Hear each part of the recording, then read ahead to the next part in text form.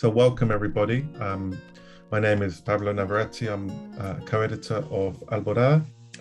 Hopefully most of you will know what Alborada is, but for those that don't, attending for the first time, we're an online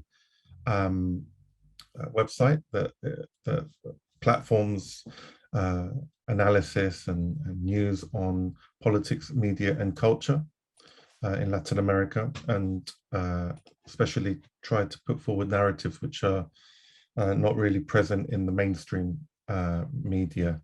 And so we've done a number. My parents are Chilean, so there is a bit of a bias towards Chile. That's clear by the events we've done, perhaps, and the content.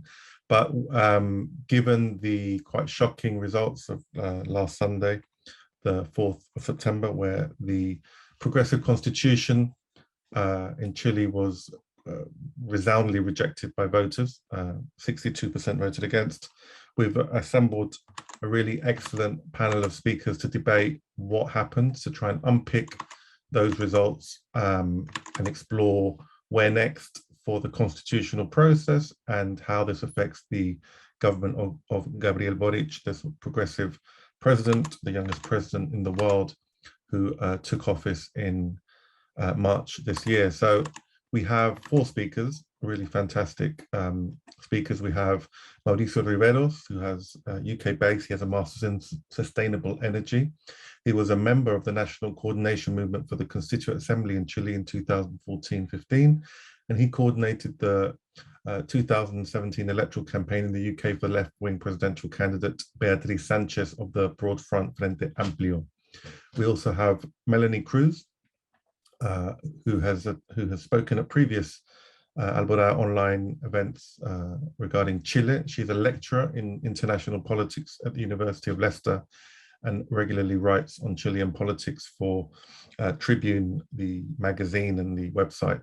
And she has a recent, really excellent article analyzing the results, and hopefully we can share that article in the chat.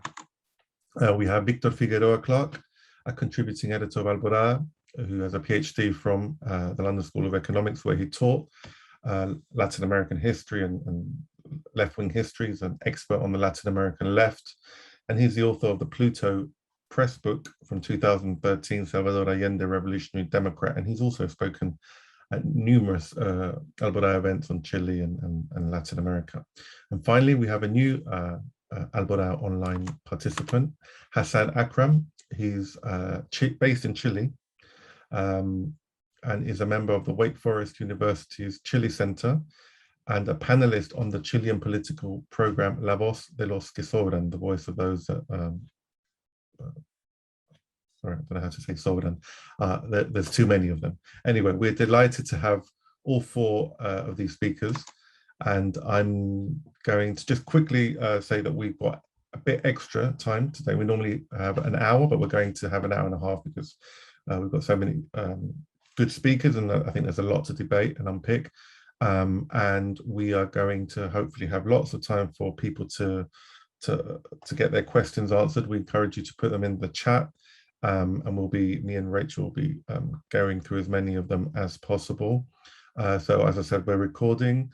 And I'm going to stop talking and just pass over to Rachel to provide some further brief context and get the ball rolling. So over to you, Rachel. Thanks, Pablo. Hi, everyone, and thanks to our 4 excellent speakers for coming to our latest Alborada online events to discuss, as Pablo said, what's happening in Chile. So on September 4th, Chileans went to the polls to vote on whether to approve a draft of a new progressive constitution. As Pablo said, they overwhelmingly voted to reject it, with 62 to 38%. Now, this, in many ways, was the first serious test for the relatively new government of left-leaning President Gabriel Boric and the Broad Front coalition he represents, which came to government earlier this year in March. It's been a relatively long road to getting this constitutional rewrite to the vote. It goes back in many ways to the Chilean uprising in 2019, which ultimately paved the way for Boric's election. And these sustained street protests, which we saw explode at the end of that year, saw over 1 million people come together to demonstrate for a whole host of different demands, but essentially an end to neoliberalism in Chile. And they also called for a new constitution. As we know, the current constitution was written in 1980, I believe, and is a legacy of the brutal dictatorship of Augusto Pinochet.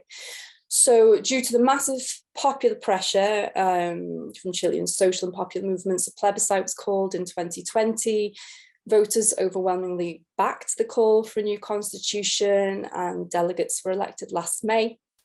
So I think the question for this evening, to start us off, I guess, is what's happened. Hassan, I'll go to you first. You're in Chile right now. Less than 2 years ago, 80% of people voted in an election to rewrite the Pinochet-era constitution. So was this defeat for the constitutional redraft, expected? And, what are the reasons behind it? If you can elaborate a bit on what your thoughts are there, that would be great. Hi, perfect. Hi. That's sorry about that. No, that's fine. So I'm not sure if you heard the question, but it was more so, there was a huge mandate for, the rewriting of the constitution. 80% of people backed that, and we've seen this, this switch. So was that expected? Did you expect in Chile? And what do you think lies behind that defeat for the new constitutional redraft? Okay, that's a lot of questions. To answer the specific personal one first, did I expect it? I feared it. I thought it was a definite possibility. I didn't think it would be as bad as it was. It was a very, very strong rejection of the Constitution. Only 38% voted in favor. So that was a bit of a shock, but it was something that we were expecting. I think a lot of people, I have to just explain that I've got a sort of dual role here because I'm a professor of public policy at the Universidad de Portales in Chile, but I'm also part of La Voz de los que Sobran, which is a radio program and a TV program, but also actively involved in the campaign in favor of the new constitution. So in that sense, I'm sort of from inside of the campaign as well as once sort of a couple of steps outside of it. And in that sense, the side of me that was doing the campaigning very much wanted the thing to be going better than it was and tried to ignore the signs. But I think from an academic point of view, it was increasingly clear what was going on. So I think in terms of explaining this result, I think there are 3 important points. The incumbent effect, the issue of disinformation, and there is a cultural defeat.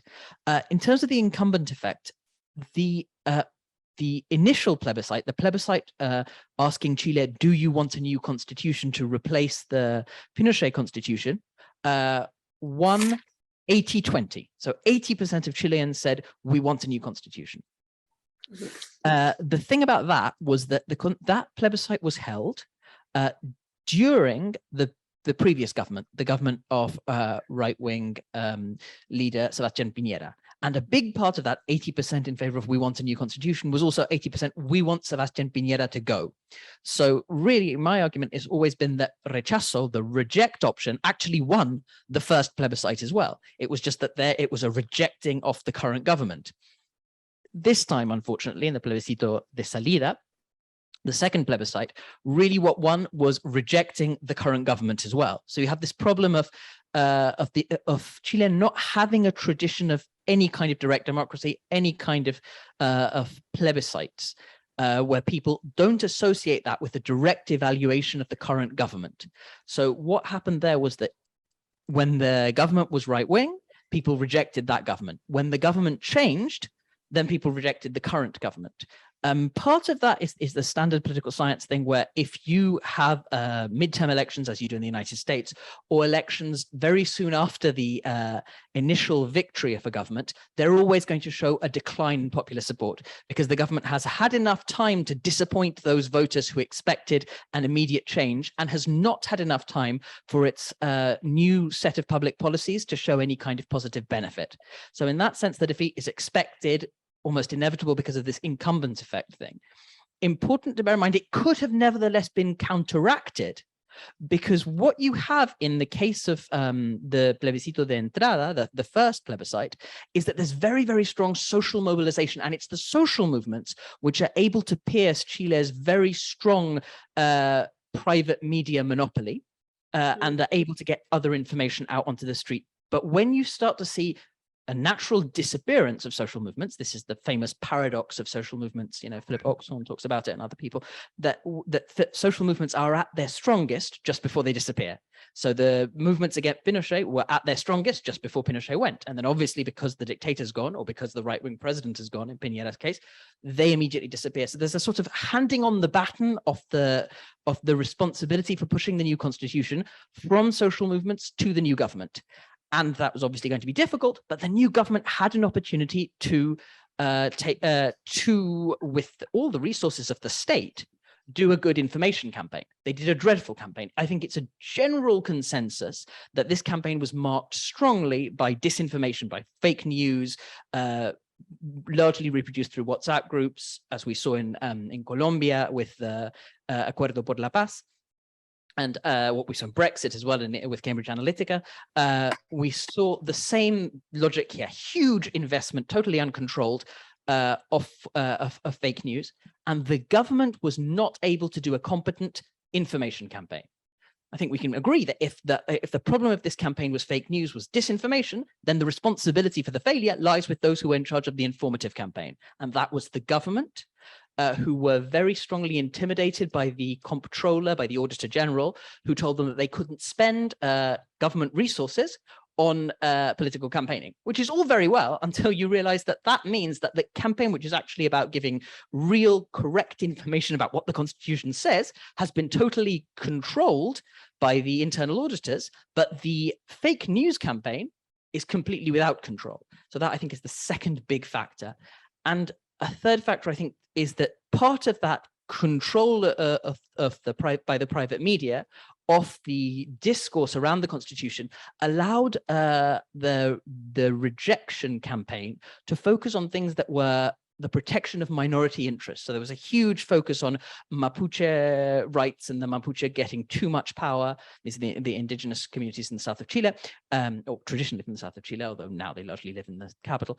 There was a big focus on fake news connected with the rodeo, which is, you know, this Chilean animal rights issue. It wasn't actually in the constitution, but they invented that the animal rights people were going to block this demonstration of traditional Chilean culture. This idea that the constitution was going to allow abortion at 9 months, another piece of fake news, but allowed them to focus on social issues where Chile continues to be fairly conservative.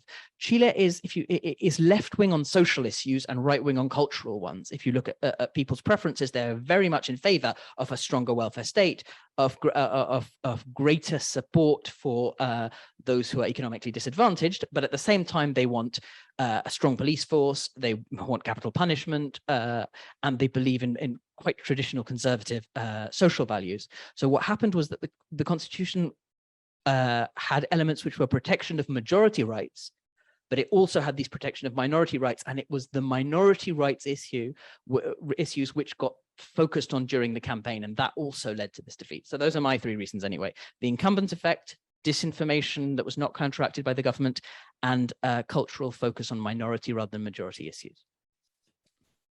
Thank you very much, Hassan, for a succinct intro. We're going to go through these.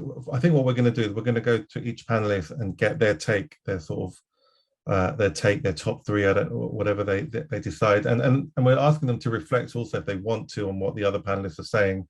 We're going to go to Victor now, who's UK based. But Victor, I want you to tell us how you saw the election, what you felt at the Apruebo campaign got most wrong, and you know, how is it that this idea that a higher turnout, because this was a compulsory referendum as opposed to the one in 2020, and there was a lot of speculation that a high turnout would benefit the Apruebo campaign. Obviously, this was blown out of the water, this theory. Tell us your thoughts. What did they get wrong, and where does the government, where does the constitutional process go from here? Okay, thanks, Pablo. obviously, I was observing this process from the UK. And so I think you should bear that in mind. I think Hassan, as an eyewitness, probably has more to say about how the campaign was run on the ground. Obviously, it was an extremely disappointing result. And I think it's still quite early days. And the causes of this defeat, because it's undoubtedly a big defeat for the left as a whole, and the solutions to that defeat will be worked out in the months to come as we go into the next phase of the constitutional process. I think it's some of the analysis that I've seen in Chile, I think, is over-egging the self-criticism. There's some clothes rending going on. And I think that obviously in any situation, there are internal causes that you can ascribe to your own actions or your collective's actions, but there are also causes that are external that you may know about or you may not know about, and which can condition your own actions. So I think I would echo Hassan in some of his three factors. I think that the unfavorable economic situation was undoubtedly a huge part of the rejection. Partly, this incumbent effect was due to Bodic's government's inability to deal with some of these legacy issues that come from the pandemic and from the systemic problems in Chile and the huge inequality that people suffer from, which are embedded in the existing political structures as well. So I think this creates a kind of level of insecurity that has played out in this vote. I think the media and the social media campaign against the Abreu campaign was to be expected, but I think one of the lessons to be drawn here is that the left in general needs to realize that there is actually a method to this. Hassan said we saw similar things happening in Colombia recently. Brexit, Trump are often pointed to, Bolsonaro as well. But I would also point to the use of social media in efforts to overthrow socialist governments or progressive governments in places like Venezuela, Nicaragua, Bolivia in 2019. The campaign, the Lava Jato campaign in Brazil, was also heavily influenced by the use of social media. And so what we have to acknowledge is that our opponents, both domestically in whichever country we're at, who happen to be the people with money and resources and education, and our enemies internationally, who also have money and resources that we can't match, can now create and manage the flows of information that influence how ordinary people perceive themselves and their role in society, but also the political situation and what the priorities for any government should be at a given time. And that's what's so impactful here. They can completely distort the list of priorities that ordinary people go into an election with. Although I think it's important not to deny people any agency in this, but it's a form of invisible politics that seeps in to the subconscious of people in many ways through social media and that influence the common sense.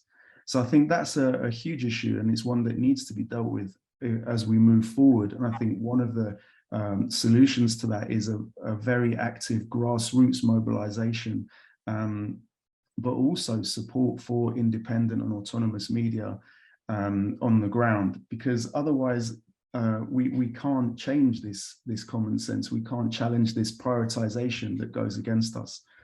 But I think the other thing that I would have in my top three is perhaps a more general phenomenon, which is that Chile has been living a very unstable social situation for quite a long time, for a few years now.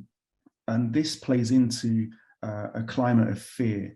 And I think the constitutional process and the protests that preceded it, we have to acknowledge that they play into this. They are part of this climate of fear and insecurity.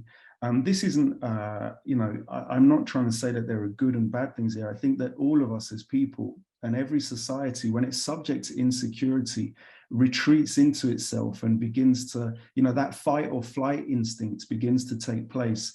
And this was played upon by the media campaign, by the disinformation campaign. If you think about what's happened in Chile in recent years, you've got the economic situation, declining living standards, you've got the pandemic, you've got a constitutional process that is challenging the status, the traditional status of men and the relative status of women in society. You've got the constitutional processes transforming the country from a centralized country to a decentralized one, in which many different identities are recognized as being part of the pueblo, the people of Chile. And so this status issue of indigenous and minorities and diversities, what one analyst has called a kaleidoscope of identities, I think it threatens this concept of the pueblo and challenges people. It makes people fearful if they don't feel necessarily represented by one of this new kaleidoscope of identities. And all of this in a situation of a perceived increase in crime. And in the last 10 years, an influx of migrants, primarily from Venezuela, but also Colombia and other places, which is challenging people's concepts of what it is to be Chilean, and I think is contributing to this fearful reaction, one that wasn't expressed politically before, but is played upon by the right in order to, who try and make the constitution a lightning rod for all of these other fears, for all of these other for all of these forms of discontent that people are experiencing. And then I would point to some internal causes. I think there were problems with the constitution itself. The way some people are saying it was poorly written. I don't agree. I don't think it was poorly written, but I think it was poorly structured. It's quite repetitive, and this makes it hard to determine what the salient points are. If you're going to go into a poblacion and you're going to tell someone that they need to vote for this constitution, you've got to be able to give them a top three. What is it that this is going to transform? And I think that it's difficult to see that in the first pages of the constitution. Let's face it, although this was a bestseller in the last few months, most Chileans haven't read this draft. It's 178 pages long. It's a dense read. So I think that's one issue. The other is, if for the more practically minded, there are many, many articles of this constitutional draft that refer to the duties and responsibilities of the state. The state will guarantee this, the state will do that, the state will fund this and that. And if you're practically minded, you could ask, well, where's the money going to come from? How is this going to be funded? And I think from a British point of view, I was reminded of the criticisms of Jeremy Corbyn's campaign in 2019 with the manifesto that had many wonderful things in it. But the overall effect was of a damp squib, because it didn't nail those three key things, or I don't know, this handful of key things that need to be told to every single person about how this is going to transform their life. And I think this relates to the issue of lack of clear messaging. As far as I understand it, every single political party in their franjas, in their messages about the apruebo, to support the apruebo, they gave their own messages. So it was dissipating. There should have been one united message through this whole period. And instead there were many messages similar, but emphasizing different things. And I don't think there's no ownership of the process. So I would say fundamentally, those are the main things that I would point to. And I think I'd actually be interested to hear what Melanie and Hassan and others have to say about what they think the next steps in this process are. Because I think it's going to be very complicated. We're going to be working from the back foot now. We are having to justify the need for an elected convention to go forward. The right are trying to say that this shows that there's no appetite for a new constitution. The center is saying we should just reform the Lagos, Che constitution, the one that's in force at the moment. And this is as a result of what is undoubtedly a harsh defeat. Thanks, Victor. That's really, really interesting to hear your thoughts on on this, and we know it's kind of a big, a big kind of question, and maybe later we can come back to some of the stuff on social movements and unpack that a bit, and this idea of messaging and what their role was. Melanie, if I can just bring you in, because you had a really great article today in Tribune, and I think you touched on it a bit like Hassan, this idea of rejecting like a plurinational state, that this played a really salient role in the rejection. Would you be able to just talk a bit about that, and maybe some of the other reasons that you think that the constitution was defeated in this way? Thank you, Rachel. Yes, no, I was listening very carefully what Hassan and Victor were suggesting, and I just want to add a couple of things, because in general I sort of agree with most of the analysis of why this was such a massive defeat for this very progressive draft of the constitution. I think I would like to add the problem that the Apruebo campaign had in terms of timing as well. I mean, the Rechazo campaign started, perhaps, if we want to be clear, it started like a year ago, from the very first day that the Constitutional Convention was established in the summer 2021, UK summer, Chilean winter.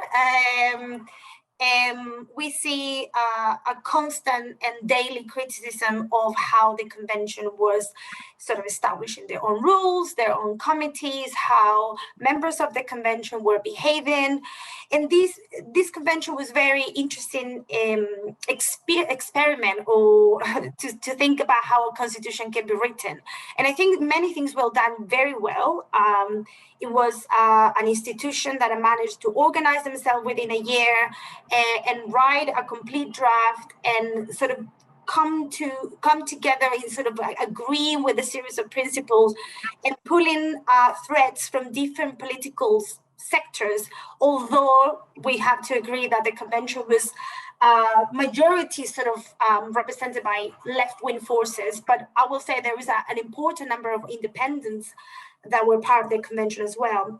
So while that was happening, and it was a whole ups and downs for the convention throughout the year, the Rechazo campaign was, although it did not have that name, it did have a big presence in the media, sort of a big part every detail of the convention and any discussion. And of course, I start building these narratives that we start seeing consolidating in the last month or so with plurinational state, with obviously all the fake news. For example, one that is been very repetitive, that with the new constitution, the state was going to steal or going to take people's houses, for example. There's not going to be sort of an abolishment of the private property, which is obviously wasn't true. And against that, we have the Apruebo campaign that just had a month or so to self-organize and to start presenting themselves as a coherent campaign. I think there was several elements in which the coalition of forces almost took time to come together to accept and to sort of approve this constitution. And that didn't leave them enough time to communicate a message, as Victor was saying. There was no 3 key points that the campaign was trying to put forward.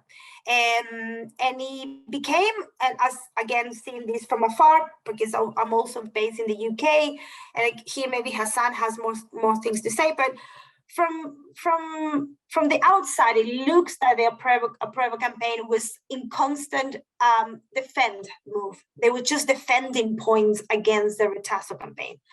Rechazo campaign, from the politicians that faced that campaign to social media, were already very coherent in what message they wanted to put forward. And one of them was to sort of create a narrative that with this new constitution, we're going to have a completely new composition of what the nation state was going to look like.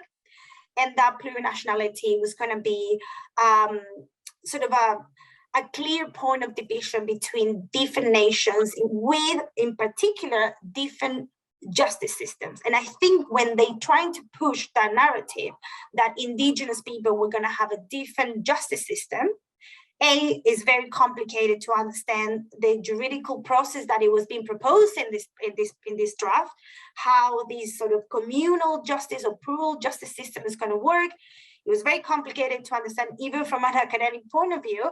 It was perfect. It was sort of like a perfect narrative for right-wing forces, and of course for more centrist and moderate forces to reject this draft, to say, well, there's going to be two types of justice. There's going to be the indigenous justice that's going to be above the law, which wasn't obviously true, against regular people's justice system that rightly they don't work for regular people in a normal basis. So I think what I'm trying to say here with this is that both campaigns, the Alborada campaign failed to connect the proposal with the material conditions of people, to try to say, this is a response to what you've been demanding from decades, but also specifically from the 2019 social uprising or estallido social. While the Rechazo campaign was very clear in connecting those dots, they very successfully said how plurinationality, for example, is going to fix the problem of education, health, and pensions, which were the question that people are still demanding, right? So I think that inability of the Alborada campaign, but perhaps if we want to be a bit more critical of progressive forces to translate why, for example, plurinationality was relevant to be included in this constitution.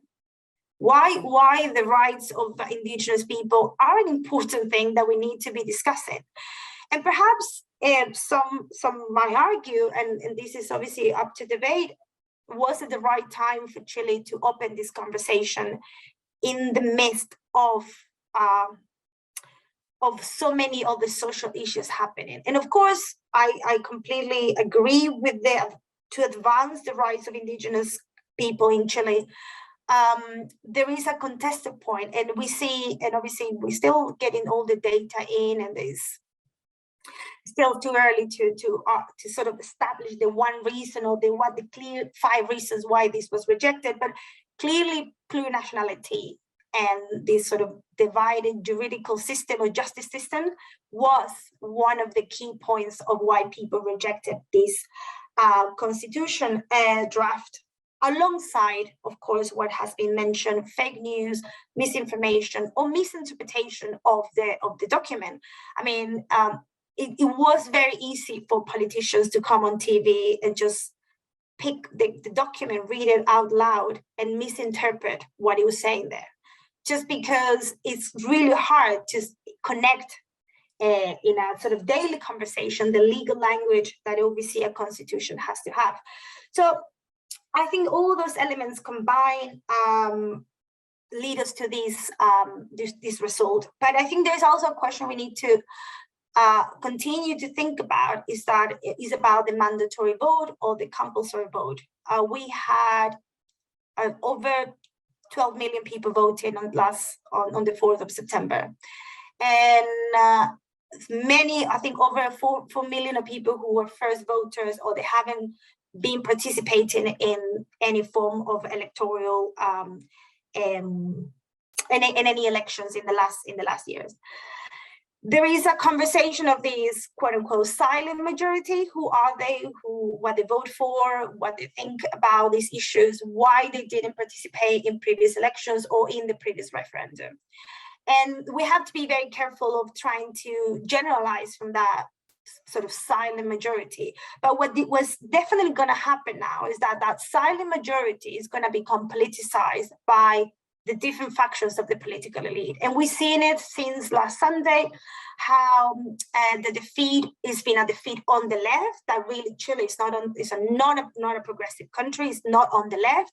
The silent majority is conservative, the silent majority is regressive, the silent majority is, and these sort of like generalizations, I find them very problematic, because the reality is we don't know, and most likely we are not going to know why these new voters or new people who went to vote on Sunday are thinking about a new constitution. What we need to think about is how political elites, political parties are going to utilize that number to push forward different agendas. And we are seeing today some sort of outcomes of that. Is obviously in progress, but we're seeing some new outcomes of how the new constitutional process is going to look like, which I think is something we're going to continue discussing after we all give us our thoughts. So I'm going to stop there.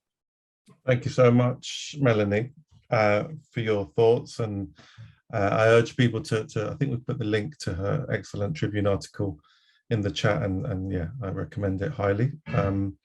So we now turn to Mauricio, who I also just want to really give the chance to offer his sort of general analysis, to unpick the results. But I also want to add, I want to ask him a little bit about what's happening now. So there's been the past few days, the militant sixth form students, the secondary school students who are extremely militant in Chile, who in many ways were the ones that sparked the uprising by jumping over turnstiles with the bus hike fares. They're out calling for a new constitutional process, and we've seen quite brutal repression actually of some of these marches. But there's also been sort of so-called anarchists with knives, and so there's been a big debate now about what's going on here. In terms of what is the Boric government losing control? Is there sort of dark forces? Undoubtedly, I would say that probably that could be the case given Chile's history and what the right will do when they smell weakness or blood amongst their opponents. So, Mauricio, give us your sort of take of the election results, but maybe if you could reflect a little bit about what's going on now in terms of these sort of protests and the sort of how they're being repressed, I guess, by the security services. Thank you, Pablo, and thank you for the invitation as well, and Rachel and all the speakers before. Yeah, I mean, in generally, I would say I agree with all the points, which actually are several points that are in the discussion. But before going into what we should do now, or what the government could do now, I would like just to add some element to the discussion, and particularly building on the last one that Melanie brought to the discussion about the new voters. And I guess for the people listening here in the UK, it's good to have a little bit of background about that as well. Because I would say, from what Hassam said, the three factors, cultural defeat, incumbent effect, and media control, yes, it's true. For sure, there were key elements that affected the result. However, we could argue that the same conditions were a year ago in the election between Boric and Kast, and also 2 years ago in the first referendum. Why now this is a difference? Actually, we could be even more simpler and say, yes, the incumbent effect is the most important one, because there's a lot of analysis done from other constitutional process where basically an exit referendum is most of time assessed mainly as a referendum on the government. Therefore, if we would have done that in terms of, I mean, just before when Piñera was in the government, we would have won. And actually, originally, the process was planned like that. So basically, it was because of COVID that we had the exit referendum with Boric. Otherwise, it would have been with Piñera. So I don't think it's that simple to just say these are the three elements. Although they are there, I think there's another element, which is basically what Melanie said, which are the new voters. And here again, a little bit of background for the people listening here in the UK. It's important to note that, well, after the dictatorship, basically the people were registered to vote, and there was a big turnout in around 85% like now, but a different population. Of course, it was many years ago. And therefore, most of the people that never have voted in the last 10, 15 years probably never have voted at all. They never voted for the Concertación, which was basically the central left government that governed mostly of the time in the last 30 years after the dictatorship. Didn't vote for Piñera either, which is a kind of moderate right. Didn't vote for Kast, a kind of a Trump. Didn't vote in the first referendum. Didn't vote at all. And now they went to vote. What does it mean, basically? Does it mean that we lost all the things that we have moved forward in progressing? And therefore, kind of seeing this in a pessimistic way, we reach a roof, and now we'll just, we cannot reach more than this 38% of support in the whole population, and now it's just what we can get. Or actually it's more kind of open our eyes of the reality that we always have been here. And we have pretty much 50% of the population that didn't participate in any election before and participated now, and now voted reject. But here comes the question that actually Melanie pointed out. And indeed, this is the debate today in Chile. Yeah, what is this reject vote? But there's basically four main, let's say, theory, right? The first of all is the easiest one, rejection to the proposal. But that doesn't necessarily mean rejection to a new constitution. That's a question. Rejected to the government. Yeah, based on theory that usually the exit referendum are rejection to the government. Yeah, certainly is. But how much of that? How much of these people, even rejecting what the government is doing now, could have supported a constitution, understanding that the constitution is something different than the government? Or just rejection to all kind of politics? They don't care about politics at all. And it's kind of an anti-systemic type of vote that they went to vote because if they didn't vote, they would be penalized with 300 pounds. At least that was basically the menace. I don't know if it will happen or not. But basically, that's another possibility. I would argue that probably the anti-systemic one in the way of understanding this as people that doesn't like the establishment and want to kind of burning everything. Probably it's not more the case. It's more kind of basically people that doesn't trust at all in politics, and they don't care who is governing. They kind of what Chile is always said, tomorrow I have to go to work as well. Anyway, it doesn't matter who is governing. But also could be just people that they were actually really upset and angry because they had to vote. And if I have to vote, I reject, and that's all. How much is the breakdown between all these 4.7 million people? It's a big question. Actually, we see numbers. We see that the first referendum is true. We had 80% of support, but only in 50% of the population. So actually, if you transform that in total votes, it's not a big difference. In percentage, it's just 6% less. And what you can see that basically the approved vote, the first approved vote that was 5.8 million votes, then of Boric moved to 4.6 million votes. So you can see actually that 1 million vote from approve voted to cast. So easily you can say people that didn't want this constitution, or as someone said, just was rejecting Piñera. But actually, politically, they are closest more to the idea that Cast put in his program. And then Cast was able to get another 1 million vote with a lot of fake news, with all the situation of the media concentration, all of that. So basically the same situation, Cast was not able to get more than just 1 million vote more, and it ended up having 3.6 million votes. But what happened with the other 4.6 million vote? Why they voted now? And here, I guess the question is, or the response is to look at the polls, basically, that are happening now. And all the polls are showing that basically people still are very supportive, in the range of 70% for a new constitution. And what is interesting that polls are starting to show now, and actually it's a good question why they didn't show that before, is actually they are very supportive to many elements of the constitution and very unsupportive to other elements of the constitution. So a kind of how I would round the point here, but it's very easy, of course. I don't know if that makes sense in English, but in Spanish we say, in Chile at least, it's easy to be a general after the battle. But after seeing what happened here, I would say that probably we have disregarded, the government has disregarded that the effect that the mandatory vote will have, and they didn't take action to basically try to get to this vote, independently of the structural problem of the concentration of media, that you will not be able to solve that in 5 months, independent of the unequal access to resources in the campaign, that also is arguable how much the government can put resources on a campaign, but at least in a clear position to be supportive or approve, they didn't do that. And independent as well of the characteristic of the society, which, as I said, with the same characteristic, we were winning and now we didn't win. I guess the key question is that basically we have disregarded that. And what we could have done probably is, and there's where I think the government made a big mistake, is to basically extend the process of the discussion.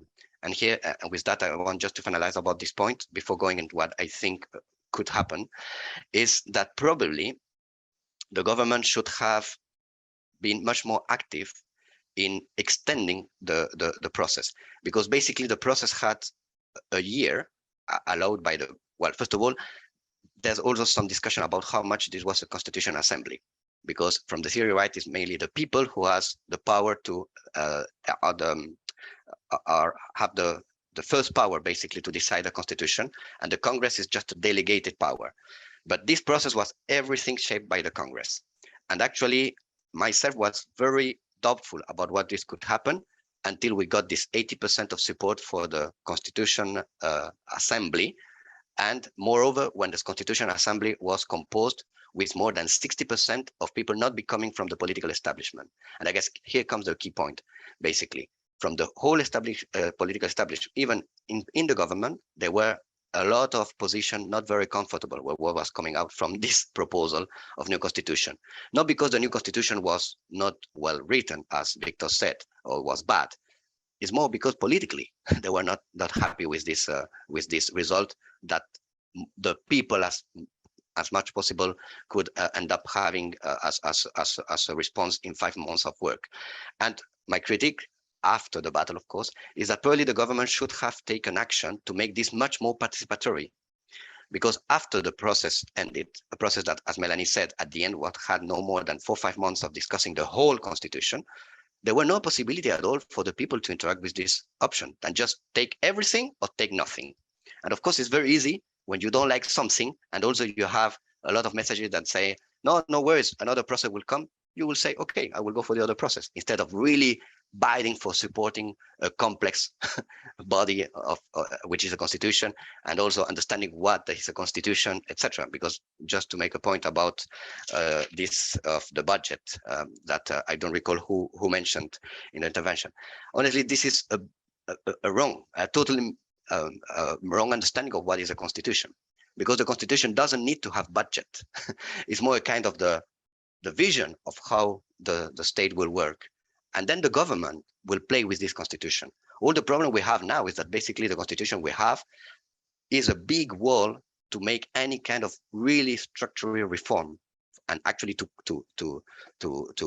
permit that, to Boric to comply with his program. And that's the reality. And I don't know if I have still a minute, but maybe I can move on to actually what come now, or you want to have another round to discuss that, Pablo and Gracia? No, I mean, if you want to say what you think is going to happen next, because I think that's it's a really important question, where, because as far as I know, the constituent kind of delegates have stopped meeting now. Will they be recalled? What happens now? I guess, that's a really important question. I mean, I have a guess, and actually just now I have kind of a breakout news, it seemed. I don't know if it's official or not, but it seemed that there will be it's very likely that there will be a political agreement of doing a new constitutional body. But my guess is that it will be an agreement that will ensure as much as possible, that basically all the political party control the process, what didn't happen now. And then comes the question basically of how legitimate this process will be, and how different of the constitution that we have today it will be. I would say it's to be defined. It can be a new constitution, but actually how different is of the current constitution is a question. And just to make an example, one of the big pillars of the current system is the educational law set by the dictatorship. We were up until 2006, the dictatorship ended in 1989, right? With the LOCE, basically the constitutional law, the law related to the constitution that set all the rules for the educational system. When the students made a big demonstration in 2006 with Michelle Bachelet and the government, at the end, the only thing that they reached, politically speaking, was to transform the LOCE in the LGE. So they changed an acronym to another acronym, but it was pretty much the same thing. And because of that, 5 years later, we have 2011, a much bigger mass demonstration. So actually this could happen. Perhaps we can have a new constitution, but how legitimate it will be for the next 50 years, I guess that's the big question, because the problem is still there, and the unrest from people is there, and from these people that didn't vote before but voted now, we don't know actually how much maybe eventually they were supportive actually of this massive demonstration, how much of those people were actually on the demonstration and didn't vote it, but they, well, maybe they didn't go to the street, but actually they really like it, that people was finally fighting for education, right, for pension, etc. But everything was confused at the end in the election because of the reason I said. And so now what the government can do is very tricky, because they play a kind of a game of saying, we don't want to take, independently of the legal point that I'm not entirely sure of how much they could have take a position on saying, yes, we are supportive of approve, and definitely we should go for approve, otherwise our program is not doable. They said, no, we can govern independently of the result, and they just took a kind of a neutral position saying that they are supportive of approve, but that's all. Now the question, the reason is, the situation is that by all means, the triumph of the reject, and also with this result, it's a massive defeat for the government, and a government that didn't have the Congress, doesn't have the media, and this will not change in the short term. The only option it could have was to have a new constitution and the people with him. Now we don't have the constitution, so I suspect they will aim to try to close the constitutional debate as soon as possible, which I guess is one of the reasons why, if they realize this risk with the new vote, they didn't do of extending the process, because they wanted to close it as soon as possible. But the question is how they can really get access, recover the support of the people, or increase it. And I guess that's the term of how to put it, because as I said before with the number, what we see is actually that there's pretty much 4.5 million that were for approve and were with Boric. Now the question is how we can increase that, and how we can increase that, probably connecting with the needs of these people that didn't vote it, that maybe didn't like something on the constitution. All the polls tend to suggest that, for example, the plurinationality is a big problem that didn't land at all in the population. But how to really connect with the reform. And the big risk is that the government could be tempted of not doing the reform, coming back to a kind of a way of governing as the Concertation did, and start losing actually its support of 38% that it has at the moment. Yeah, and I think that's it's a really important point. Hassan, if I can just get your thoughts on this, because you said at the beginning that you're doing this kind of splitting your personality, because there's the analyst and also the person who's actually there, taking part, organising as part of the Apruebo campaign. So firstly, could you just tell us a bit about what that's been like, and and how social movements have been interacting with the Boric government in this process, whether they feel that they were kind of the messaging coming from the government was not good, and they felt that they were more on a leash in that sense, and they couldn't and had to go maybe with the government line. And also how you feel about what Mauricio's just been talking about, which is the possibility that now actually the government will respond to this by shutting down kind of social movement and popular participation in the process, and after many years of popular movements being on the street, and in many ways kind of setting the setting the political kind of the terms of the political debate in the country. I think you're just on mute there, Hassan. No. Yes, the Gabriel Boric government is basically made up in its inner circle of student leaders. So they came into politics during the 2011 student movements. So 2011 was in fact the first government of Sebastián Piñera, which was the first right-wing government that Chile had since the democratic transition in the 1990s, and the first democratically elected right-wing government since Jorge Alessandri in the 1950s. So it was a moment when the social movements were effectively liberated, because there was a long period, because Chile went through a 17-year dictatorship under Augusto Pinochet, and then a transition to democracy using Pinochet's constitution and with Pinochet still as the head of the armed forces.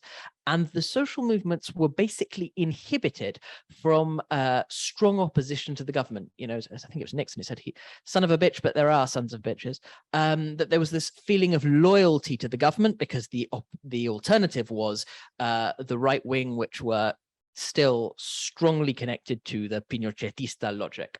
So when the government was right-wing under Sebastián Piñera, the social movements which had previously been less combative suddenly came out onto the streets in a huge way. And that's where Gabriel Boric, who's currently president, Camila Vallejo, who is currently the government's chief spokesperson,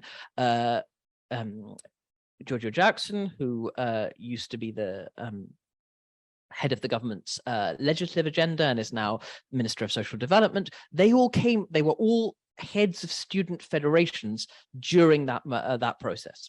So they come from social movements.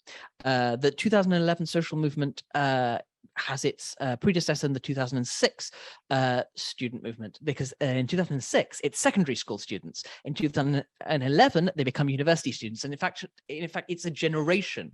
There was a great banner that the Student Federation had, which said "Somos la generación sin miedo," we are the generation without fear, which is clearly making a reference to the generation that was afraid, which is the generation that suffered through all of the dictatorship and then in democracy were effectively bullied or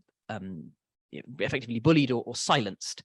So this new generation comes up and they start taking an active role in institutional politics, because the social movements had effectively been marginalized, had been responsible, every 11th of September to do these commemorative acts where the carabineros came out and, smashed them over their heads with batons and threw tear gas everywhere. But this was nothing to do with institutional politics. And it really is with this 2011 generation that the social movements come into institutional politics and start playing a role. In 2019, which was this huge social explosion, which is what really gave birth to the constitutional process, it's Sebastián Piñera again in government. I always say that, Sebastián Piñera as the right-wing president has been the single politician who has done most to help the Chilean campaign against neoliberalism. He really is the political leader who has been most useful, because every time he governs, the left makes enormous advances, and every time he leaves, as we've seen here, the left gets defeated. What happened in 2019 was opposition against Piñera. It was a huge and a very it was very aggressive. There was huge violence on the part of the carabineros, the militarized police. That's when Chile had a higher rate of people having eye injuries, because they were firing the tear gas canisters instead of at an angle straight into the crowd. They had a higher degree of eye injuries than in Israel-Palestine. It was an incredibly violent process. And the social movements, because they were so massive and became so violent, started to separate off from the Frente Amplio. So these student leaders who had been part of the movements in 2011, but had become part of institutional politics by 2019, started to get criticism. There was a huge amount of fake news. They were accused of, at that point, of supporting a government law which was going to increase a punishment of peaceful protesters. It was again, there's been a lot of fake news, not just on the right, but also on the anarchist left. So that started the separation. There was also at this point in 2019, a lot of opposition to the agreement which actually created the Constitutional Assembly. People say, well, why are you signing up with the right-wing government? We shouldn't be agreeing to anything with them, even though this is what eventually allowed for this constitutional process. So there's been a tense relationship between Gabriel Boric and the social movements, as he and his generation have had this movement into the institutional structures. I have to say that before he became president, I would be on the side of Gabriel Boric. I think he was being very reasonable and trying to put forward institutional solutions for structural problems, and the social movements were unreasonable in their criticisms of him. What happened with his presidency is that we've seen a shift. Gabriel Boric campaigned against the state of emergency in the Araucanía, Wallmapu region, where the Mapuches are originally from. The majority of Mapuches now live outside of that area, specifically because of the violence and the expulsions of the late 19th century. But that area is basically a zone of combat between forestry transnationals and movements which want to reclaim the land for the Mapuche. Sebastián Piñera had a virtually permanent state of exception in that area. Gabriel Boric gave very eloquent speeches against that state of exception. When he became president, he has signed and argued for the extension of a state of exception in that area.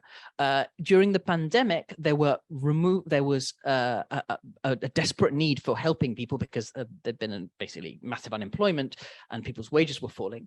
And Gabriel Boric argued in favor of taking money out of the pension system to pay directly to people. It was a 10% withdrawal from your pension account, and it would go to. It wasn't a good public policy. We were all very clear on that, but it was the only thing that could be done because Piñera was refusing to help people. So they had a way that the parliament could get money into people's pockets, and that was by removing things from the pension fund. When he becomes president, he starts arguing against that, which actually in economic terms is very sensible. It's the right thing to do, but you have to provide people with some kind of alternative. If they are in severe financial pain, you know this is the wrong thing to do to remove money from the pension system, but now you're president, it's your job to come up with something different. He doesn't do that. So the social movements which had a tense relationship with Gabriel Boric, I think are now miles apart. The problem is the social movements are incredibly weak because they've gone through this entire process, and it's a natural part of the cycle that they were at the highest point when Piñera was in government, and now there's been a lot of disgust there, a lot of tiredness, a lot of just sheer exhaustion of having been in campaigning for all this time, and also the disappointment of a government that promised so much, basically delivering so little. So I think that's going to be very tense. The students again are having marches. There are relatively small marches, and they're very, very violent. The 11th of September, religious or the commemorative processions to the National Cemetery, which normally see a bit of violence with the military police, now saw an incredibly aggressive attack by these balaclava-wearing anarchists who made a point of attacking the march organized by the Communist Party and the Socialist Party. And there were, old age pensioners, people who have suffered during the dictatorship because they were communist militants, being attacked by balaclava-wearing youths with anarchist banners. So there's a real degeneration of the social movements. They've become increasingly radicalized as they've got smaller. So it's a pretty difficult scenario in those terms, and it's been a result of the government betraying its principles, has led to a polarization inside of the movement itself. So it's a very difficult situation. What I would say about what's going to happen next, it's really important to understand in terms of the numbers what's going on here. So yeah, I do agree with Mauricio that this is basically a phenomenon of the new voters. I would like to stress that I gave you 3 reasons: incumbent effect, disinformation, and this cultural defeat focusing on minority as opposed to majority issues in the constitution. These are things that were not always the case. This is the 3 new things that is the difference between the plebiscito de entrada and the plebiscito de salida.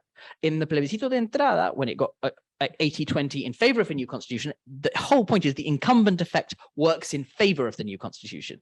In the plebiscito de salida, the incumbent effect works against it because the government has changed.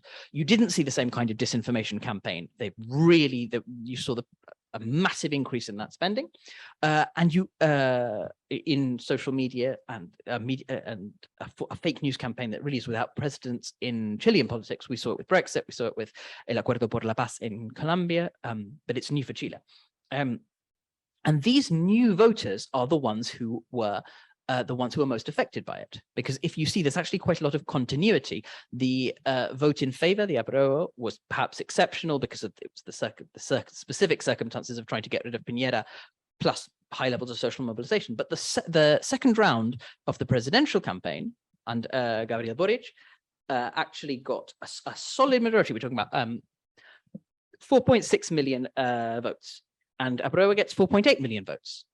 That's enough to give Boric a landslide, whereas it was a collapse for apruebo because of the 6.6 million that didn't vote in in the presidential elections, which did vote because we suddenly had obligatory voting. That definitely changes things. You have people who have, because Chile used to have obligatory voting, but with voluntary inscription. So it was the people who had originally joined the electoral rolls in 88 onwards, the most politically motivated people who were then obliged to vote. It's a curious system. Whereas then they introduced automatic inscription, but made the vote voluntary. So then you see a big decline in people participating, but the actual electoral roll is much bigger. And now what you see is that same group of people being obliged to vote. So you see a whole new group of people, the least politicized layers.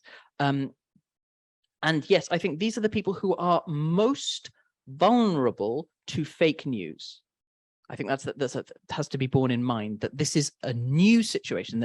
There's a point where you've never seen these people participate in politics. These people aren't regular consumers of the news. They aren't regular consumers of politics of any form. So where do they get their information from?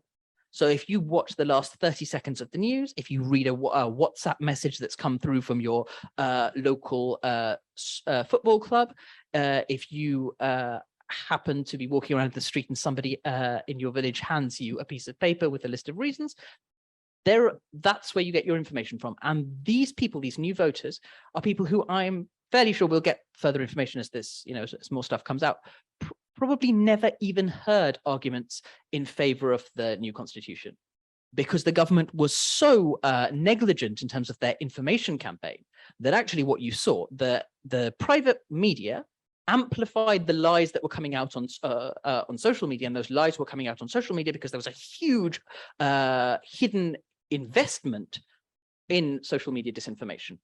And the counteraction to that was a couple of adverts and a couple of programs that the government did, which had very, very, very low levels of viewers. And on top of that, a government that told its own functionaries that the left in Chile is fairly small and they're all in the government at the moment, and told their own functionaries, you can't campaign because that's because you're now in the government. So there was a real lack of information. So I would say what's going to happen now is that, yes, we have a big problem where this is a circumstantial majority, but it's a huge circumstantial majority against this text. And the right feel very empowered, even though it's the left has its same support base, the same base that supported Gabriel Boric hasn't gone away. In fact, it's increased slightly. But the right want to claim that this large group, enormous group of people who've rejected the new constitution are ideologically conservative or right-wing, which is not at all clear. But because that's the feeling that they've got, and because the government has failed to make its case more clearly, the government's on the back foot, and they are now going to agree to basically a stitch up by the political parties. And that's what we've seen today. They're claiming that they're going to be a new constitutional assembly. I'm not at all sure if that's going to happen, because it requires the votes in the Senate of the right, who may not want to repeat this whole process again. May simply say we should have a commission of experts. But whatever's going to happen, even if they have an elected chamber, it's going to be an elected chamber based on a system which privileges party political candidates. So it's going to be handed back to the old political parties, who are precisely what had led Chile to this mess in the first place. Thank you, Hassan. I'm going to we've got a number of questions. We've got 20 minutes left. So I want to get through as many of these as possible, and I want to give Melanie and Victor a chance perhaps to address some of them. I just want to go back to something Victor said in a previous Alborada event on Chile, where you sort of talked about what you thought, the character of the Boric government in terms of what type of left-wing government it was. One, you said, I think, that looked more towards perhaps European social democracy, that was this kind of young, perhaps hipster left, more attuned to what we have in the UK, rather than a Latin Americanista, traditionally like a sort of traditional Latin America, perhaps like the governments that we have in Bolivia or elsewhere in the region. And to what extent do you think that coupled perhaps with their youth maybe is kind of playing into this idea that they're a weak government? I know Patrick Black here has asked, is the Boric government actually starting to lose control and popularity, repeating retreating on what it pledged to do in government, and Hassan's already spoken about some of that, is its weakness that it is in government but not in power, as it is restricted by the right majority in the Chilean Senate, on top of the fact the levers of economic power control and media control ownership are and always have been controlled by the Chilean ruling class. So I guess the question to both Melanie and Victor is, in the face of all that, in the face of a Chilean right, which arguably is still extremely powerful, is the character of the Boric government going to be able to sort of resist the onslaught that will come, both in terms of the constitutional process and in enacting any type of progressive agenda going forward? So, Melanie, do you want to maybe begin with? Yes, yeah, thank you for that question. Yeah, it's complicated. I mean, for a bit of context as well, right after the result on the 4th of September, Boric government did a very quick change of cabinet. I think that sort of show already some of the shifts that we've been talking about, that Mauricio sort of explained very well before. The changes in the cabinet make a stamp by moving some interesting pieces, but by bringing in more members of the Socialist Party. The Socialist Party in Chile, although it is the party of Salvador Allende, in the last 30 years have been part of the big ex-Concertación coalition, which is a wider central left coalition with predominant with neoliberal principles, and that include, of course, the Socialist Party. But they coming into government, and the main change in cabinet was the Minister of Interior, Iskia Siches, who was a key figure for Boric to win the election. She left the government, and now we have Carolina Toa, who was, she's a very experienced politician. She's been involved in politics for decades now. She's been minister before, and she's taken that very important role as Minister of Interior. So that is give you a sense of where this government is going. I think it is important to, in my opinion, to see it from 2 points of views, because I think Boric is going to be squished in the middle by the far right and the right, and by the far left or the social movements. So what is the sort of the ability for the government to do anything now that there is no new constitution, and it's not going to be one at least in the next year or so? I think there is an important task for the left to maintain and defend this government. I think there is will be a poor strategic historical moment to fragmentate the left, which is something the left loves to do, to sort of put all the efforts into destroying the only left-wing government we have had in the last 40 years,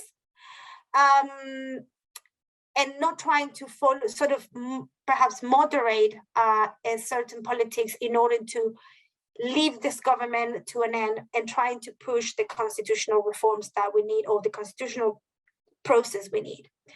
Obviously, that will not come with a blank check. We've seen that, and we've been discussing here about the use and perhaps the overuse of the state, the rule of law, by repressing students in the last couple of days, and by continuing the state of emergency in the south of Chile.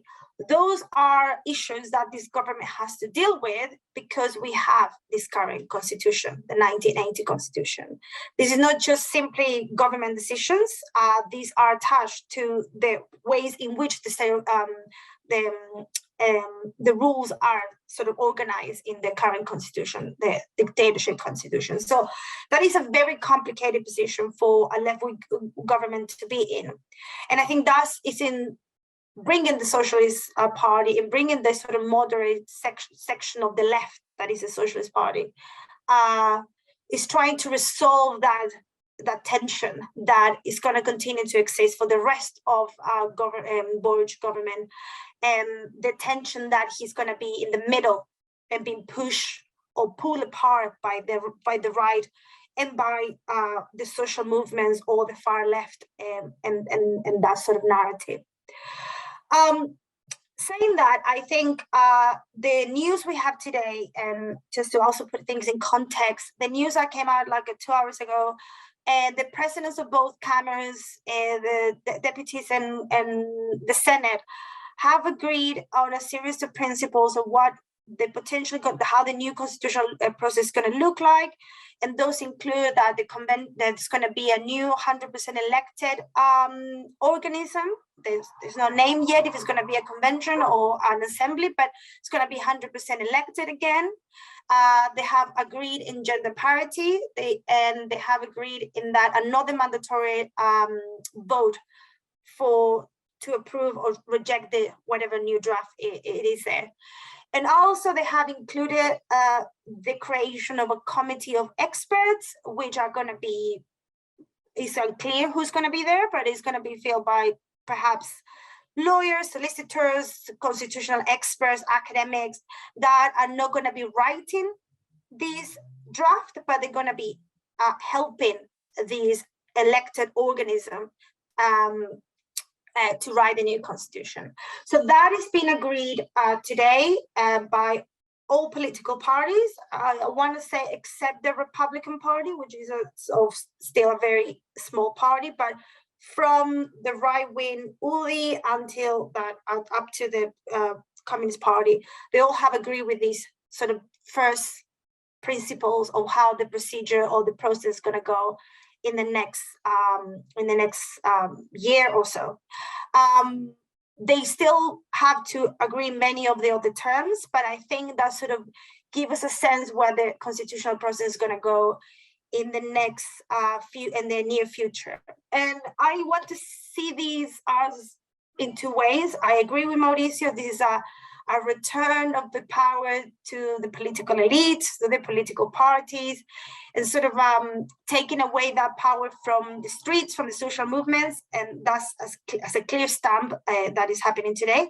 But also, it is a positive, in my opinion, outcome that we are still discussing the writing of a new constitution, and we're still discussing the possibility of 100% elected organism that is not going to be written in parliament, and that we're not going to just simply reform the constitution we have now, which was still a fear I had last Sunday or the Sunday before last when we got this result. So I want to see that there is some positive elements within this overall defeat that we've been analyzing today.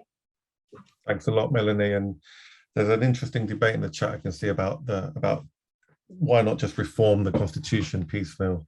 So I want to go to Victor actually and just sort of get your thoughts on the, I guess, the initial question I asked, the Boric government's, I guess, wiggle room and you know, the nature of its government and how that will affect perhaps how it goes forward.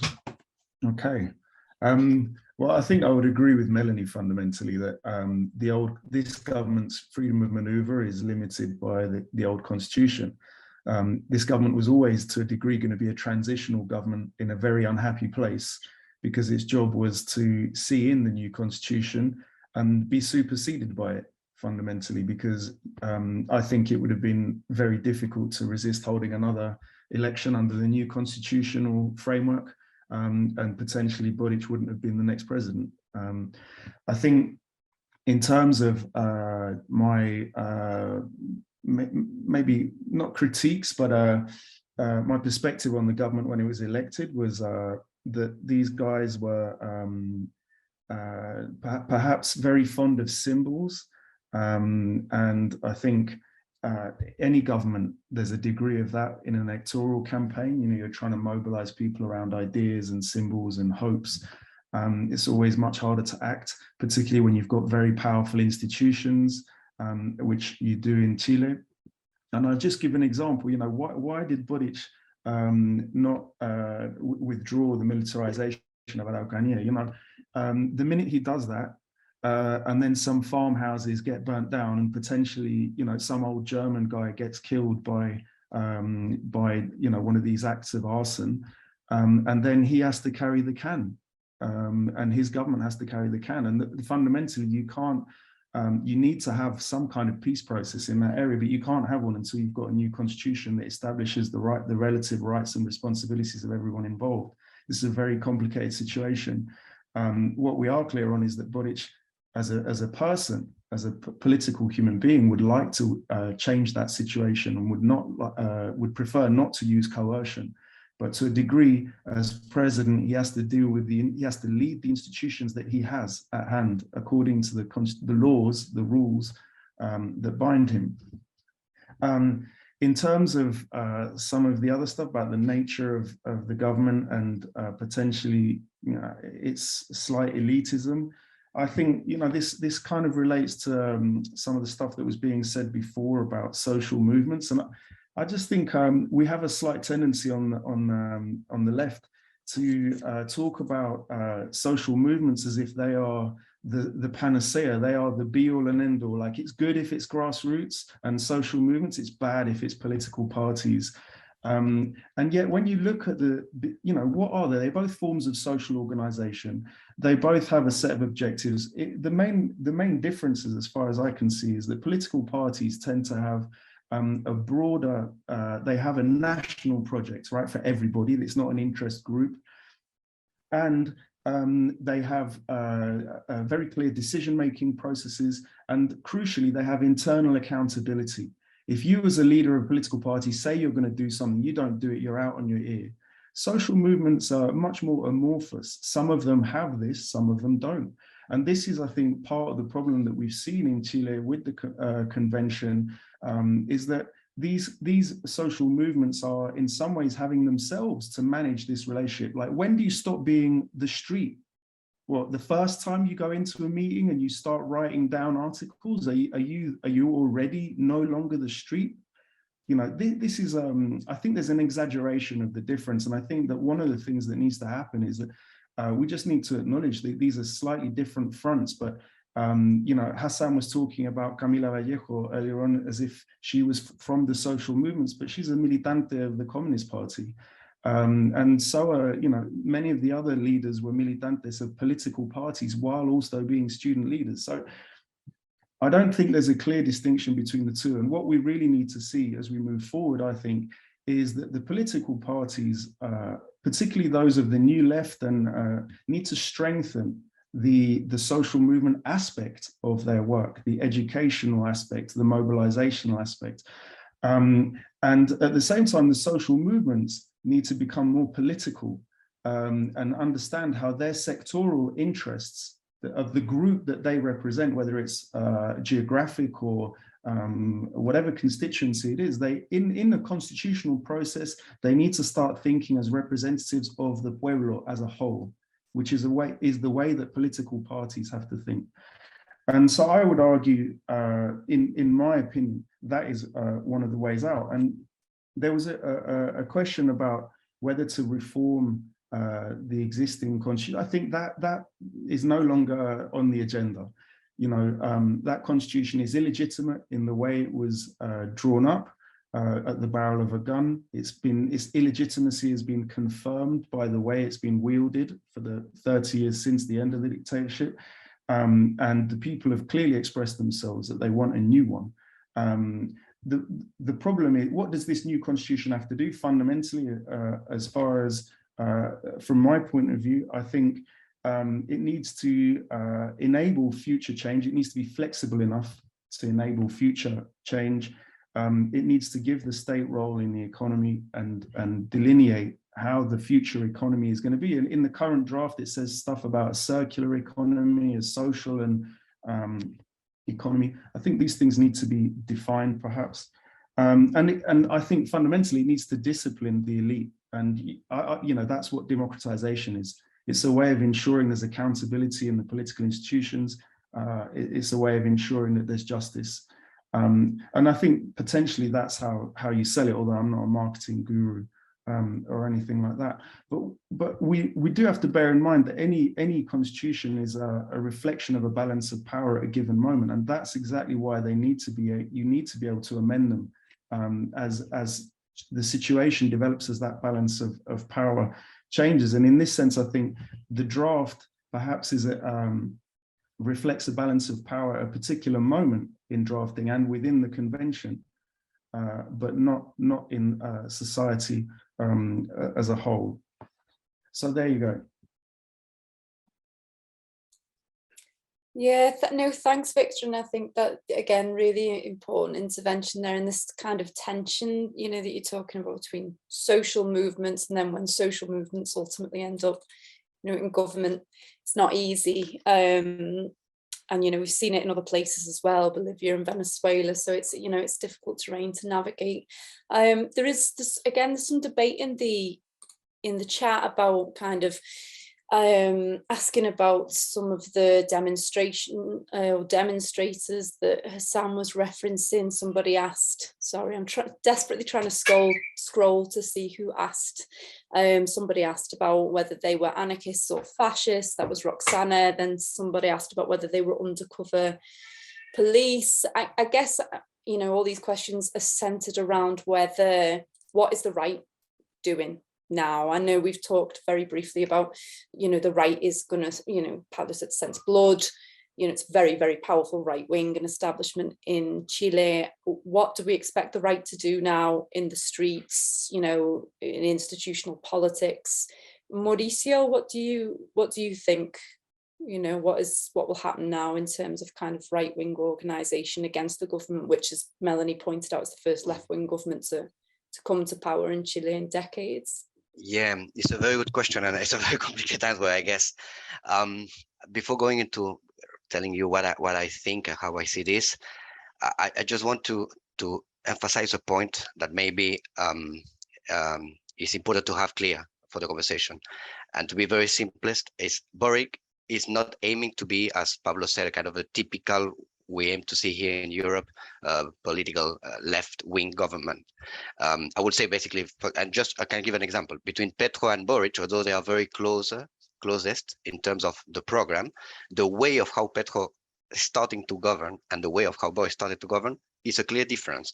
And the clear difference is basically that Petro doesn't want to follow the rule of the establishment and is fighting against it. Just for example, in my sector, in the energy sector, I realized I already made some decision that basically is disrupting of how the market of power of electricity work in Colombia. Nothing of that is in discussion in Chile, not even in the current government, because it's more a kind of a view that the liberal democracy is the way of doing this, and we have to aim for a welfare type of system, such as we have in Europe, and kind of maybe a little bit of naivety in terms of how the opponent would be actually permitting that. And they are in this, basically in these forces that basically is very hopeless when you see that basically the discussion in Chile, the real discussion, if you see this very transparently, neutrally, you see, is social democracy versus neoliberalism. But the discussion in the media, in the social network is communism against neoliberalism. That's basically the discussion. Kind of almost this new constitution was the possibility of establish socialism in Chile, and it's absolutely far from that. It was the possibility, and that's actually here what the European Union, I understand, were very supportive of the proposal itself. So that's the reality in Chile. Basically, very tented to the right wing in the discussion, and I don't see a risk at all of not having a new constitution. I agree with Victor, and I didn't see a kind of a risk of not having, because basically the concertación was divided in two in this discussion today of the second referendum, something that never happened before. It's a process that happened after the estallido social, and now it's pretty clear, a kind of a position of the concertación that really want to push for the transformation in the form of establish a proper social democracy type European social democracy, but very far from the experience of the left in Latin America. And Gabriel itself is very critical of those options. And another part of the concertación that is very happy with the neoliberalism, and actually they didn't have any problem to make alliance with the right to basically produce the defeat here, which decreased a lot of the cost of the people. That now it was not a kind of, if you vote reject, you're approving the constitution of Pinochet. It was more a kind of, you're voting for a new option because this option is not good. And basically summarizing the current government force plus the concertation that was in the reject plus this part of the right that understand that there's a need of constitution, it's pretty clear that they will have the majority to make the changes. Now the good question is if it's better to do a new constitution or of changing the current constitution. And my position, of course, let's say ideologically speaking and thinking what is right, and I understand, of course, it's impossible today to argue in the other way after the first referendum, is that, of course, we should have a constitutional body elected to make the discussion. However, I think it's a clear possibility as well that the forces within this new constitutional body, if it's exclusively made by political parties, with the situation of the incumbent effect that actually Hassan was saying, the final result of this constitutional body could be worse actually than the current forces within the Congress. And at the end, if all the people there are only militant of political parties, what is the difference with the Congress? I guess it's a fair question to ask. And having said that, also I want to clarify about the social movement stuff, because also there's a kind of thinking that the social movement are big, fighting against the political party, and I don't think that's correct. It's more what Victor said. Indeed, in the social movement, they have a lot of militants, and probably the difference now is basically that the parties that were in the concertation lost totally the connection with the social movement, and these new parties in the government that reach the government now, this new left, are still the connection with the social movement. But the question is how much the social movement have the connection with this 50% of people that were not voting. And I guess that's the big question. And probably it's not much. Actually, most of people on the street were not conducive, kind of following a particular social movement. There were people protesting because there were social unrest about everything, starting with the government, but also about the situation on education, pension, etc. So what the government need to do and how to do it is the big question. For me, is basically to try to really keep this 38%. I don't see the government separated from the social movement, at least the most important ones. And actually, I see a lot of these new voters that decided to vote because historically the young people were not voting. The reason why basically the people turning to the ballot was so low is because each time were more oldest people voting and youngest people pretty much not voting at all. I think in a moment it was a kind of a 10% of youngest people voting, no more than that. And with all this process of the 2019 and then the creation of new political parties, the social movement also entering into the political discussion and fighting, let's say, in the institution positions, it created interest from these young people to go and vote, and we reached the 38%. But now we open the eyes and we see that the other 50% that we haven't reached. So I think we see this more as a floor rather than as a roof, and we have to work out how to reach this other 12% at least in order to continue with a process of transformation that by all means will not end up with this government that is not going to reach socialism, because that's not the ultimate objective. It's more social democracy, and how we can continue doing that and not losing, because if we lose, there's a big possibility of basically of this social unrest will basically then being captured by fascist position. And what is happening now is that basically on the social networks, as I said, there's a kind of discussion. The government lost, and they push for the communism ideology, socialist ideology, and now we have to defeat them. That's a part of the right, this particularly this Republican Party, that directly saying that. Even more, the former candidate candidate for the presidential election, Cast, yesterday on the moment of the commemoration of the 49 years of the coup, he almost celebrated the coup and saying that the people asked for the coup in order to defeat the Marxism. And that's basically the discussion. And we had a week after the defeat of a lot of discussion and attack to the Communist Party. And to me, it's not coincidence that then when you're on the street, people were very, very violent against the social movement, basically, that was in the street in commemorating the 49 years of the coup. And there was just a few minority with face masks, basically going very violent, in a very violent attitude towards the communist militants, and with knives and throwing even fuel to the people, which is a very fascist attitude. This is, to me, is not the extreme right as it used to be put in the media. For me, it's more infiltration of the right wing the extremist right-wing parties that want to basically create a kind of a coup to this government and remove the government from power. So what we have to do is to try to support this government, but of course the government need to take action to try to reach this 12% and respond to their need, and by all means not a kind of how you say I forgot the word in English, renegar, how you say that, renegade basically of the program, and renege. Yeah, of the program they have. No, not at all. They have to continue pushing for it, and even if the discussion then show that actually the current constitution is blocking it, it will open the opportunity to continue the discussion in this constitutional assembly. But to basically saying no, now we have to just try to do some stuff to give some policy to people based on the current constitution and that's all, it will be the worst of cases, because the social unrest will continue, and with highly it will be highly likely that the next government will be from the far right. Thanks, Mauricio. Quite a worrying to your intervention there. So we have slightly gone over our time, but I'd really like to get a kind of final thoughts from Melanie and Hassan. So, you know, whoever, Melanie, do you want to go? And just, you know, is there anything you'd like to wrap up with, you know, just on the basis of everything we've heard this evening?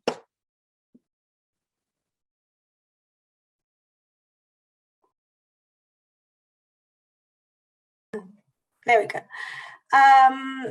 Yes, so very interesting. There's so many areas that we can cover. Obviously, it's a huge topic, and there's definitely many point of views in which we can analyze this particular result, but what is going to happen next for the government, especially, and the constitutional process. I mean, there is actually loads going on this week alone. I mean, yesterday, correct me if I'm wrong, or today, 100 members of parliament received some threats over email, with including their personal information like personal addresses and so on. Was threatening them that if they continue with the constitutional process, there are going to be consequences for them, and it's sort of these sort of threatening, pretty violent behavior that we're seeing from, as completely agree with Mauricio, this sort of underground organized far right that is supported by particularly the Republican Partido Republicano, Republican Party.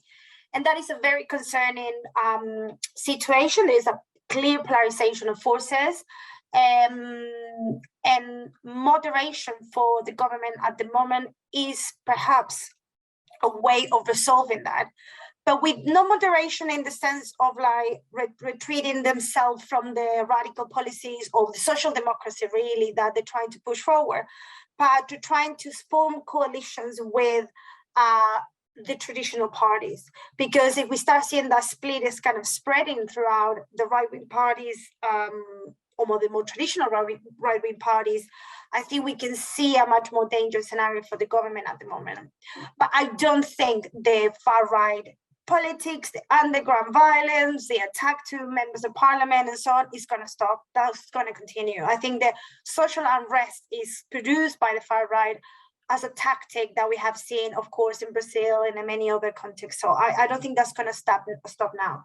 But just to finish my point with something more positive, I think it is a good news that there's going to continue to be a constitutional process, and we're going to see some progress in that. And I think many of the elements in this draft are going to continue in the whatever it looks like in the future, with, of course, minus, of course, the plurinationality and all the critiques that, as Mauricio was saying before, it came from the political parties and political elites that couldn't participate in the convention, or they didn't participate in the convention as they liked it at the time. So at least we're going to see the end of this 1980 constitution. I think I was reading the comment, why not just reform it?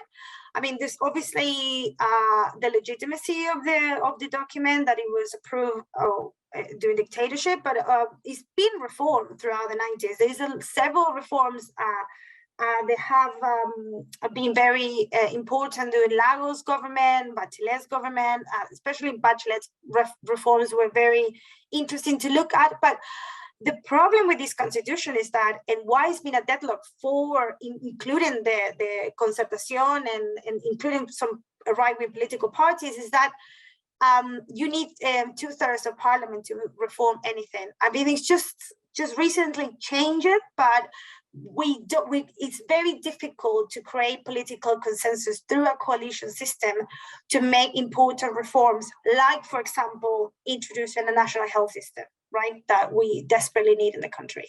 So, or just create any legislation around climate change or whatever. So that is also a very practical reason why we need a completely new constitution, and not just reform the 1980s one. Yes, thank you. Thanks, Melanie. And yeah, I saw that debate as well. Hassan, do you have any final thoughts that you'd like to leave us with? They've all been a really interesting discussion and excellent points by lots of people. I wanted to go back very quickly to something that Victor said about the difference between social movements and political parties. And he gives the excellent example of Camila Vallejo being a Communist Party member, Communist Party militant at the same time as being a social movement leader. That's a really interesting example precisely because it was so controversial. In fact, Camila Vallejo in 2011 was president of the University of Chile Student Federation, and she loses in 2012 to guess who? Gabriel Boric. And why? Because Gabriel Boric was member of something called the autonomist left, La Izquierda Autónoma. And what was their critique? Precisely that as a member of the Communist Party, Camila Vallejo was not able to properly lead the student movements.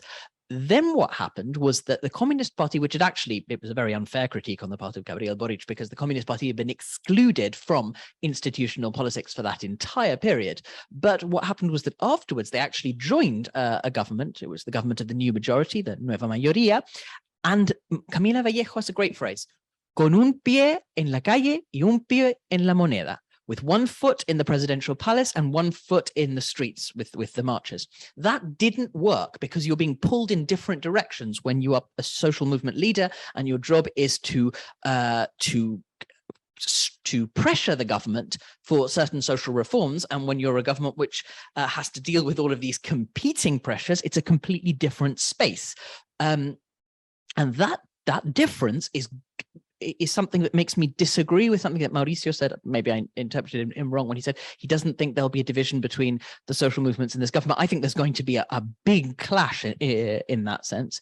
But this clash has to do with an additional element, which is to do with the new people coming into this government. Melanie did an excellent analysis of it, that the cabinet change that happened immediately after the defeat of the new constitution brought in old figures from the old political parties. And there, with the old political party, you can really see the difference between the social movements and the parties. There's this massive socially favorable view of independence. I always ask the question, well, why are they so in favor of independence? Because the question is, what are you independent of? I mean, if you're independent of the political parties, that's no particular achievement. But if you're independent of the powers that be, the poderes fácticos, or if you're independent of business, big business elites, that's a good thing to be independent of. Now, what's happened is that we've seen those two ideas, being independent of political parties and being independent of business elites, being conflated and being confused. But there's a good reason for that, which is that the traditional political parties in Chile have been completely colonized by big business. Carolina Toa, who's the member of the Partido por la Democracia, the PPD, the Party for Democracy, who's now the Interior Minister, she is a member of a political party who actually had as one of their fellow militants SQM, which is the lithium transnational privatized by Pinochet and given to his son-in-law. The transnational was itself a member of that political party because of the way that they were channeling illegal money into that. And she actually has, Carolina Toa, open cases connected with political corruption. So when we associate political parties with something different from social movement and something specifically connected with a dubious and possibly corrupt closeness to business elites, that's because that's what traditional parties have been. Camila Vallejo being part of the Communist Party, well, we know they're not hand in glove with big business elites. Gabriel Boric and Giorgio Jackson founded their own new political party specifically not to be tarred by the same brush of that corruption. And unfortunately, the political parties that are coming back to take control are not the Communist Party, are not Revolución Democrática or Convergencia Social, which are these new political parties that the student leaders set up. No, it's the old political parties, the powers that be, and what comes back with this is big business. So can you change the constitution with these people? Well, you can certainly, have an assembly and you can discuss different ways of drafting the laws, but your possibility of actually questioning the flows of investment, the possibility of getting resources to the most marginalized communities, that's much harder when you have big business lobbies coming back in a big way. So I continue to be quite skeptical about the possibility of a constitutional process which is genuinely democratic, at least in the midterm. Thanks. Thank you so much, Hassan. Thank you all our speakers. Thank you, Melanie, Victor, Mauricio, Hassan, and of course Rachel for co-chairing so well. We've gone over, even when we extended it to an hour and a half, we've gone over by 15 minutes, but that's fine because the quality of the discussion was so good. I hope those of you that tuned in and joined us enjoyed it as much as I did and learned as much as I did. Sorry if we didn't get to your questions, and thank you so much for all the comments. As I said earlier, we recorded this, so we will endeavour to put it up on our website and our YouTube as soon as possible. And please do feel free to share it with anyone you think might be interested in watching back and commenting. So yeah, I'm going to leave it there. Just to mention also that my fellow co-editor, Alborada, Nick McWilliam, has made an excellent documentary that provides a backdrop to a lot of the discussion that looks at the uprising. He was there in, I think it was December 2019, and chronicles between December and January, and it's a really fascinating look at some of that on the ground experience and the uprising by the people. So yeah, it's been put in there. You can watch it on Vimeo. So thank you to everyone. Join us again, sign up to our e-newsletter if you don't get it, and we hope to see you at a future Alborada online. So hasta luego.